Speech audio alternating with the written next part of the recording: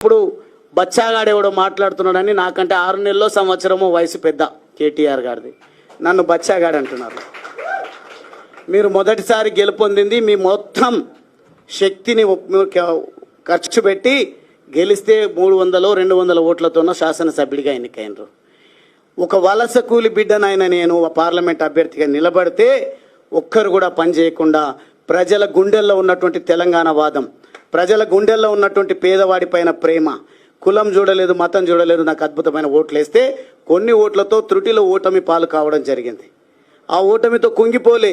కానీ ఈరోజు మీరేం చేస్తున్నారు? ఒక్కసారి ఓడిపోగానే అసహనంతోన ఎవరిని పడితే వాళ్ళని ఇష్టం వచ్చినట్టు మీరు మాట్లాడాల్సింది, మీరు ధర్నాలు చేయాల్సింది, మీ మీటింగ్లు పెట్టాల్సింది. మిమ్మల్ని అనొద్దు ఆ మాట. మళ్ళీ నేను కూడా అదే కేటగిరీకి చెందినటువంటి వాడిని అయితే మిమ్మల్ని పక్కన పెట్టి కారణాలు ఏవైనా ఉండొచ్చు. 10 మంది ఒక విలువలు లేని పార్టీలకు వెళ్తే వాళ్ళ ఇంటి ముంగట ధర్నా చేయలేదు, వారి గురించి ప్రశ్నించలేదు. నాకు ఏ పదవి లేదు. ఇప్పుడు జిల్లా అధ్యక్ష పదవి ఉంది, అది వేరు మాట. నేను ఎన్నికైన ప్రజాప్రతినిధి కాను ఇప్పుడు. కానీ నేను నా నిర్ణయం మేరకు నేను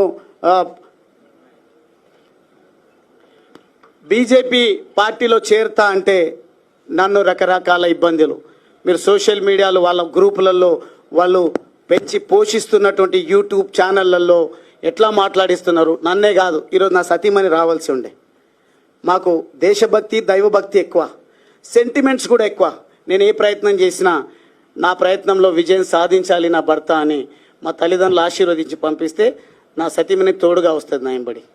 కానీ ఆమె పైన నోటికొచ్చినటువంటి పదజాలంతో ఇష్టారీతిలో మమ్మల్ని కుంగిపోయే విధంగా మీరు ఏదైతే మెసేజెస్ పోస్టులు పెడుతున్నారో దయచేసి ఆపండి. ఆపకపోతే చట్టపరంగా చట్టం తన పని తాను చేసుకు వెళ్ళే విధంగా మేము కోర్టులను సంప్రదిస్తాం, రకరకాల వేదికలను సంప్రదిస్తాం. వినకపోతే ఇక్కడ ఉన్నటువంటి దమ్మున్నటువంటి కార్యకర్తలు, నాయకులు, నా అక్కా చెల్లెల అండతో మీకు ఏ రకంగా బుద్ధి చెప్పాలో చెప్తామని ఈ సందర్భంగా తెలియజేస్తూ, నా చేరిక విషయం కానీ నా పార్టీ మార్పు విషయం కానీ దయచేసి పెద్దగా మాట్లాడాల్సిన అవసరం లేదు మీకు. ఎందుకంటే మీకు కావాల్సింది అధికారము, అదేవిధంగా కాంగ్రెస్ కావాల్సింది రెన్యువల్ జరగాలన్నా, మీరు తిరిగి ఎన్నికలకు రావాలన్నా పోటీపడి భాషల్లో మీరు పోటీపడి యాసల్లో పోటీపడి ప్రజలను మభ్యపెట్టడం కాదు. కేసీఆర్ గారు చెప్పిన మాట, గెలవాల్సింది మీరు, మీ నాన్న, లేకుంటే ఇంకొకరు కాదు. గెలవాల్సింది పెద్దలు కేసీఆర్ గారు చెప్పినట్టుగా ప్రజలు గెలవాలి. రాజకీయాల్లో పార్టీల గెలుపు ముఖ్యం కాదు. ఎవరైనా గెలవని, గెలిచిన వాళ్ళ బాధ్యత ప్రజలకు ఇచ్చినటువంటి హామీలను నెరవేర్చడం. విఫలమంటే 10 సంవత్సరాలు సేవలు అందించినటువంటి పార్టీగా మీ పైన వచ్చినటువంటి విమర్శలను మీరు ఏ రకంగా ఎదుర్కొంటారో ఎదుర్కోండి. కానీ మీ దగ్గర ఏదో ఆశించి పనిచేస్తున్నటువంటి నాయకులను, మీ పైన వస్తున్నటువంటి విమర్శలను ఖండించేదానికి వాడుకోకండి.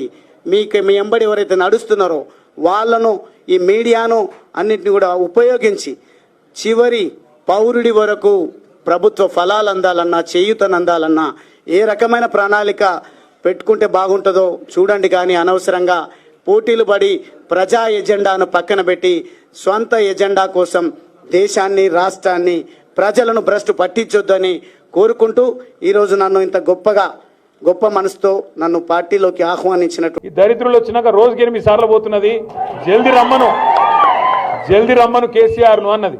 అంటే ఎట్లమ్మా, ఏం చేస్తామో? ఒక ఓటుకు, తప్పు ఓటుకు మరి శిక్ష 5 ఏళ్ళు కదా, ఏం చేయాలి నేను అని నేనంటే, ఏదన్నా ఉపాయం చూడు బిడ్డ, ఏదన్నా చూడరాదు మీరు అందరు కలిసి అంటున్నది. ఉపాయం ఏం లేదు, ఉపాయం ఒకటే. ఏ 10 మంది సన్నాసులైతే మన పార్టీ నుంచి పోయినరో ఆ 10 మంది సన్నాసుల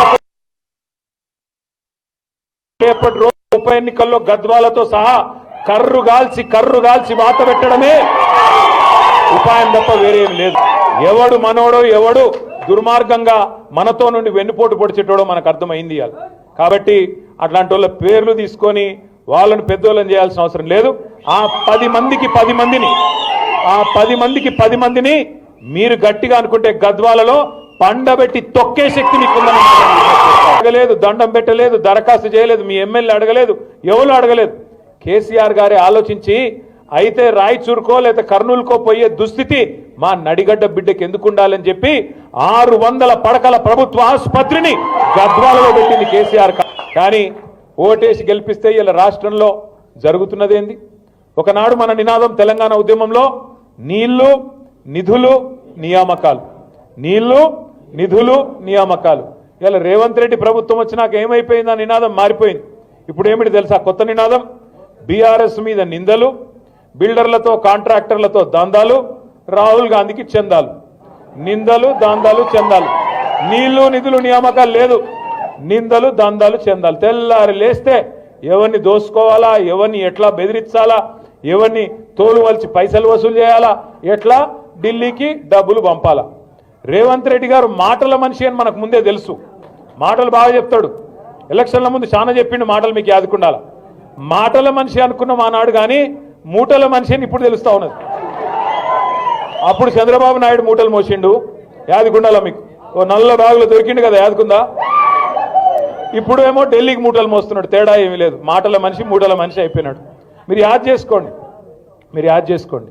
నిజంగా కూడా ఎన్ని అబద్ధాలు, ఎన్ని మాటలు.